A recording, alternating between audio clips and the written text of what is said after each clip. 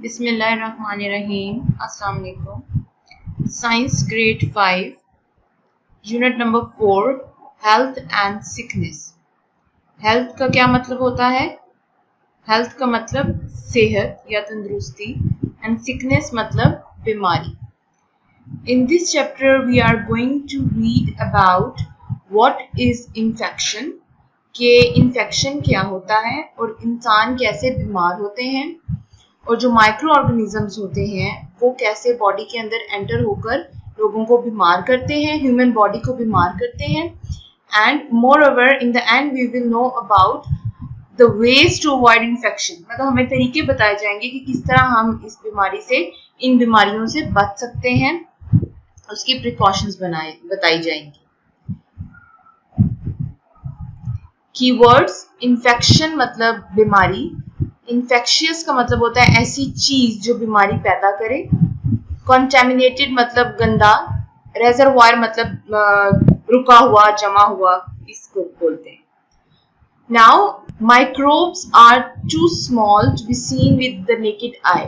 क्यों माइक्रोब्स किसे कहते हैं? Because microbes are micro organism. हम लास्ट चैप्टर में हमने पढ़ा था कि माइक्रोब्स माइक्रो ऑर्गेनिजम्स होते हैं which are so small that they can not be seen with the naked eye. Naked eye का मतलब होता है ज़ाहिरी आंख से हम लोग माइक्रो ऑर्गेनिजम्स को नहीं देख सकते। तो आप लोगों को कैसे पता लगता है कि माइक्रो ऑर्गेनिज्म भी कोई चीज होते हैं? क्योंकि हम तो उन्हें नहीं देख सकते।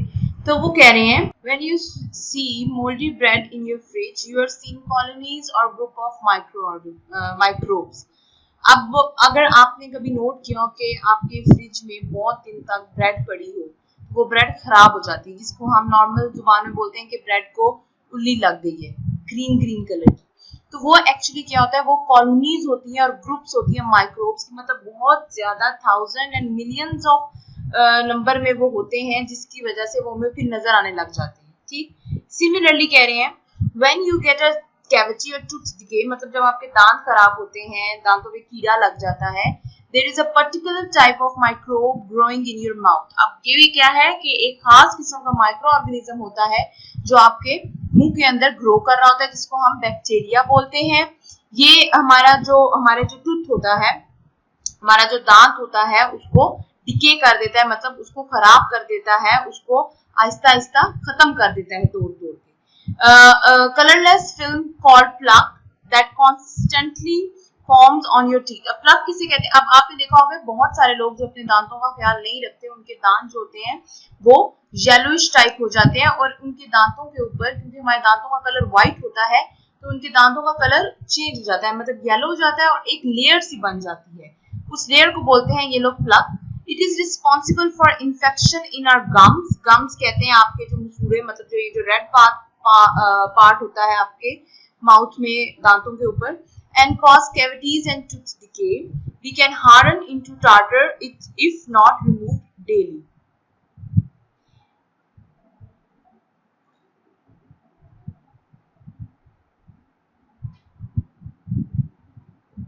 जैसे कि ये देखें, इन्होंने बताया हुआ इन्फेक्शन, सबसे पहले हल्का सा कोई इन्फेक्शन होगा जो बिल्कुल भी नजर नहीं आता, आहिस्ता आहिस्ता ये प्लक बन रही है, एक फिल्म बन जाती है, एक लेयर बन जाती है दांतों पर, जो ग्रो करती रहती है, और ग्रो करने के बाद क्या होता है आपके दांत पर, जिसे हम नॉर्मल जुबान में बोलते हैं कीड़ा लग जाता है, टूथ डिके हो जाता है, दांत अंदर से आहिस्ता आहिस्ता खाली हो जाता है, बिल्कुल खत्म होने लग पड़ता है, और फिर हमें उसको या तो उसका रूट कैनाल कराना पड़ता है, मतलब उसका ट्रीटमेंट पूरा लेना पड़ता है, या उसको रिमूव करना पड़ता है।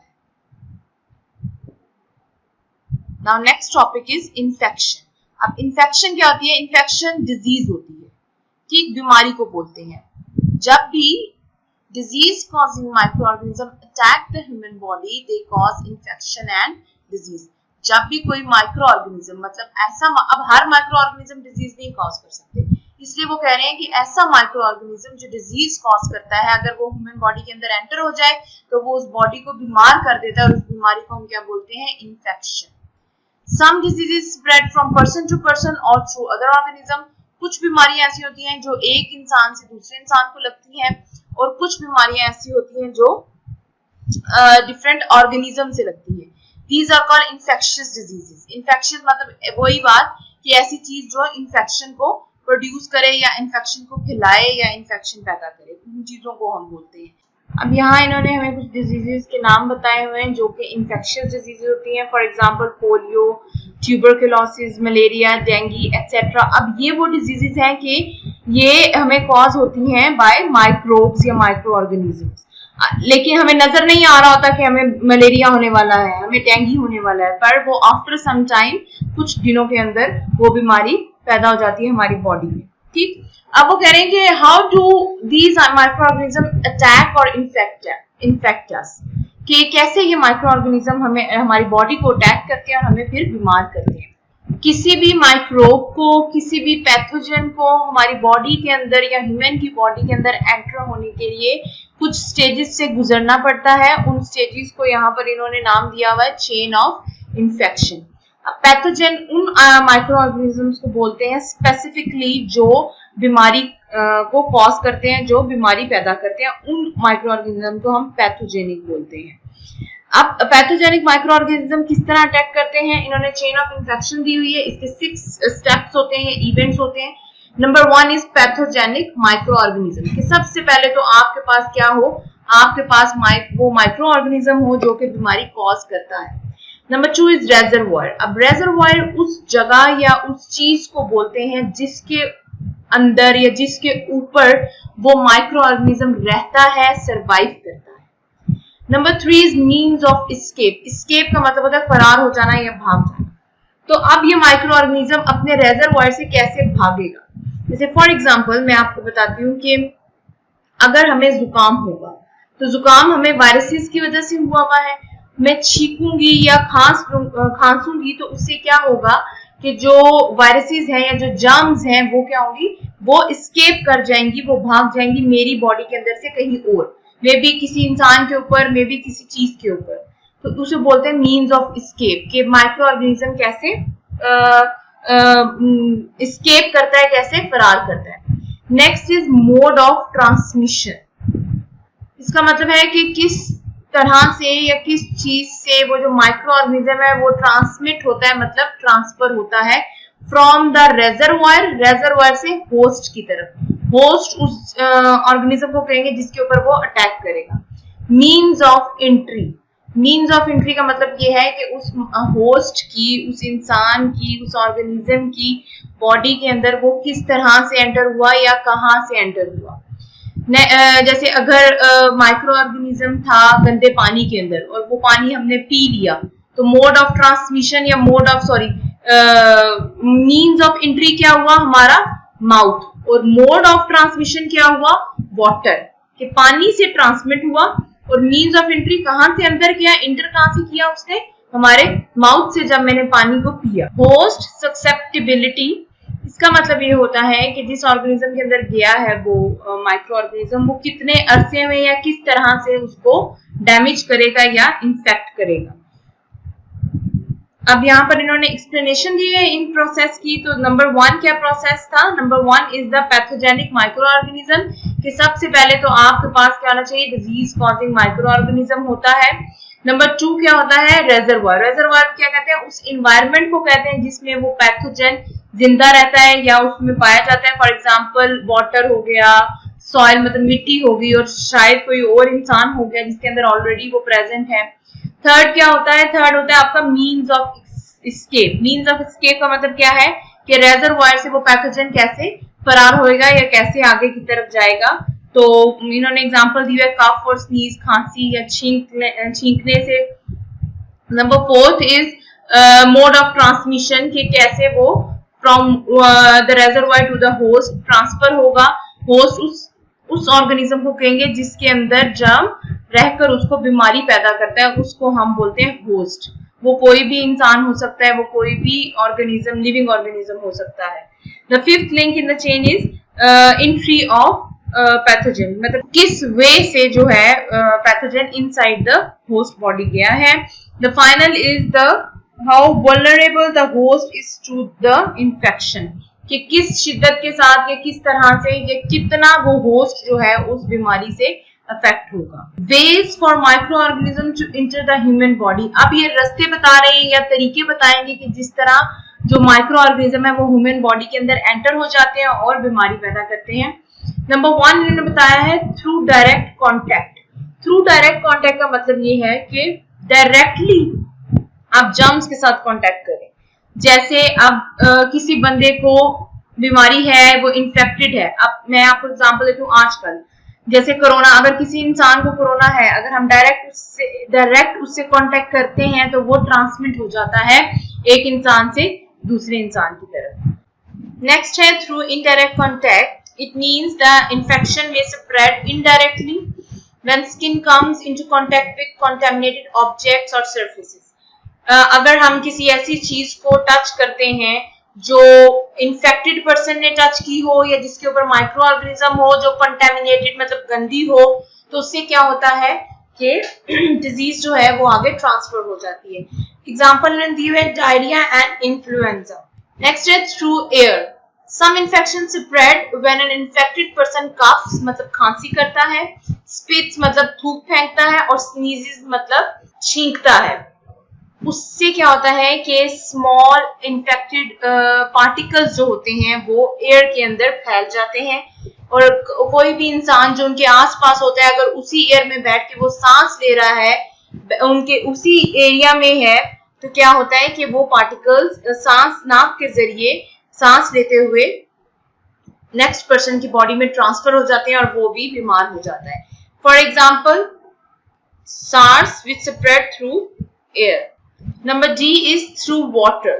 मतलब बहुत सारे ऑर्गेनिजम्स जो हार्मफुल माइक्रो ऑर्गेनिजम्स होते हैं, पैथोजेंस होते हैं that transferred into the human body when somebody drink water containing germs. मतलब अगर गंदे पानी को पीते हो तो उससे भी बहुत सारी बीमारियां ट्रांसफर हो जाती हैं। फॉर एग्जांपल इन्होंने हेपेटाइटिस की डिजीज बताई हुई है, वो गंदे पानी से फैलती है।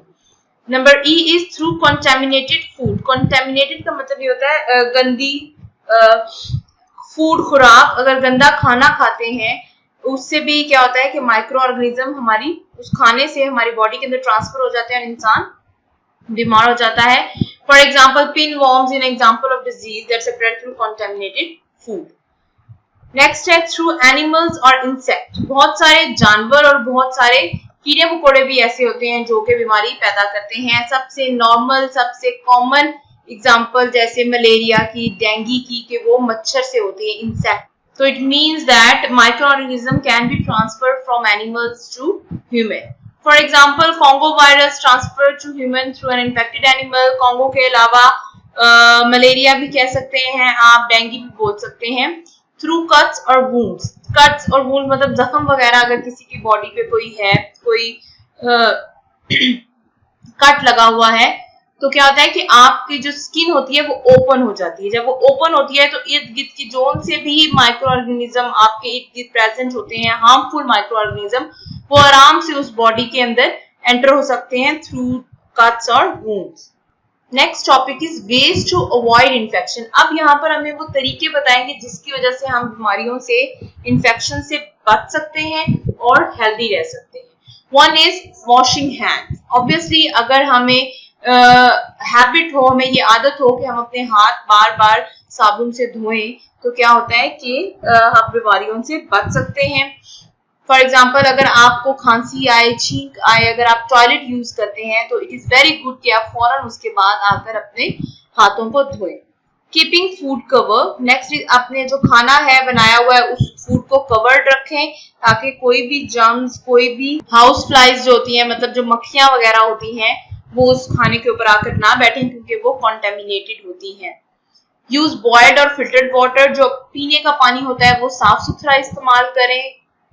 सबसे अच्छा है अगर आप बॉयल्ड वाटर यूज करें, नहीं तो फिल्टर वाटर यूज करें क्योंकि most of the diseases are caused by drinking contaminated water.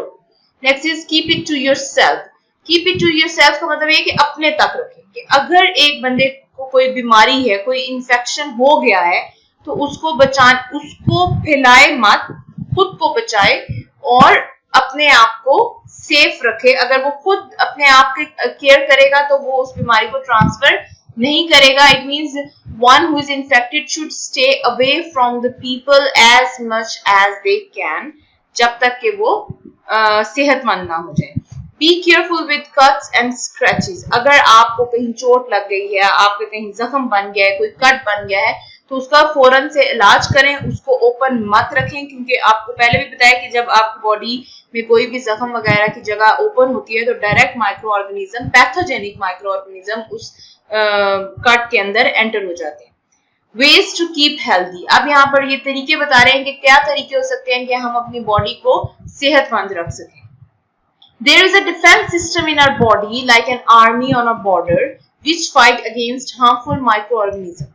These systems work effectively if we follow some ways to keep healthy and strong. ये कह रहे हैं कि हमारी बॉडी के अंदर अल्लाह ताला ने एक ऐसा निज़ाम पैदा किया है जो कि हमारी बॉडी को सेव रखता है, हमारी बॉडी को हर किस्म की बीमारियों से बचाता है। जैसे कि एक आर्मी होती है, वो किसी भी कंट्री के बॉर्डर को बचाती है दूसरी कंट्री से, दूसरे दुश्मनों से, तो इसी तरह हमारी बॉडी के अंदर भी अल्लाह ताला ने ऐसा सिस्टम पैदा किया है जिसको हम इम्यून सिस्टम बोलते हैं। वो सिस्टम में क्या होता है कि अगर हमारी बॉडी के अंदर कोई हार्मफुल माइक्रो ऑर्गेनिज्म एंटर हो जाता है तो हमारी बॉडी जल्दी से उसके साथ लड़ने लग जाती है उसको खत्म करने के लिए। तो हमें क्या करना है, हमें उस सिस्टम को, अपने इम्यून सिस्टम को स्ट्रॉन्ग बनाना है ताकि हम हेल्दी रह सकें। तो कैसे बना सकते हैं? Eat a variety of healthy food, मतलब डिफरेंट किस्म की आप हेल्दी फूड खाएं। मीन्स फॉर एग्जांपल, अगर एक इंसान एप्पल खाता है तो सिर्फ एप्पल ही नहीं खाना, you have to eat other kind of fruits, क्योंकि हर फ्रूट का अपना अपना फायदा है। Next is inhale fresh air and go for outdoor activities. आप जब सांस ले रहे हो तो कोशिश करें कि आप फ्रेश एयर लें, मतलब पोल्यूटेड जगह पे मत सांस लें, आप फ्रेश एयर में सांस लें। And go for outdoor activities का मतलब ये है कि आउटडोर मतलब थोड़ी सी वॉक, एक्सरसाइज और इस तरह के काम करें। Get to physician and have a periodic health check. Physician मतलब आप after some time, after some interval बार बार अपने डॉक्टर को चेक कराते रहें अगर आपको किसी भी किस्म का कोई इशू है। उसके अलावा भी अपना full body checkup after some time इंसान को कराना चाहिए। चैप्टर हमारा यहाँ पर खत्म हो गया। नेक्स्ट अब इसकी एक्सरसाइज स्टार्ट हो रही है। आई होप कि चैप्टर आपको यहाँ तक समझ आ गया होगा। So this is work it out. अब इन्होंने यहाँ पर क्या किया हुआ है, इन्होंने यहाँ पर आपको डिफरेंट रिंग्स दी हुई है, 6 रिंग्स दी हुई है। अब वो कह रहे हैं कि आप इसको according to the chain of infection जो हमने पीछे पढ़ा है उससे ऑर्डर में इसको अरेंज करें और पूरी चेन बनाएं। यहाँ पर आप इसको ड्रॉ करेंगे दोबारा से इस chain according to the correct order. ये जो क्वेश्चन आंसर्स हैं इनके नोट्स आपको मिल जाएंगे, ये आप अपने स्कूल से आके कलेक्ट कर सकते हैं। Number 6 is list some advantages of getting up early in the morning. Advantages मतलब फायदे। वो कह रहे हैं कि आप यहाँ पर 4 लाइंस दी हुई हैं, इसमें आपने जल्दी उठने के फायदे लिखने हैं। जैसे for example, if we get up early in the morning we will get fresh air to inhale. एक मैंने बता दिया, बाकी सब आप खुद लिखेंगे। Choose and write the correct answer. Dash form a sticky colourless film that is called plaque. ये टूथ डिके का यहाँ पर जिक्र हो रहा है, so bacteria. When disease causing microorganism attack the human body, it results in, मतलब जब कोई पैथोजेनिक माइक्रोऑर्गेनिज्म ह्यूमन बॉडी को अटैक करता है तो क्या होता है, तो फिर इन्फेक्शन होता है। हाउस फ्लाइज बोलते हैं, ये जो घरों में, हमारे घरों में मक्खियां नहीं होती उनको कहते हैं। So house flies can spread disease through water, food या garbage, through food. The second link in the chain of infection is the reservoir. Congo virus transfer to humans through, किस तरह फैलता है, किस तरह ट्रांसफर होता है, through animals. This is all about today's lecture. I hope कि आपको ये लेक्चर समझ आ गया होगा। Thank you so much. Allah Hafiz.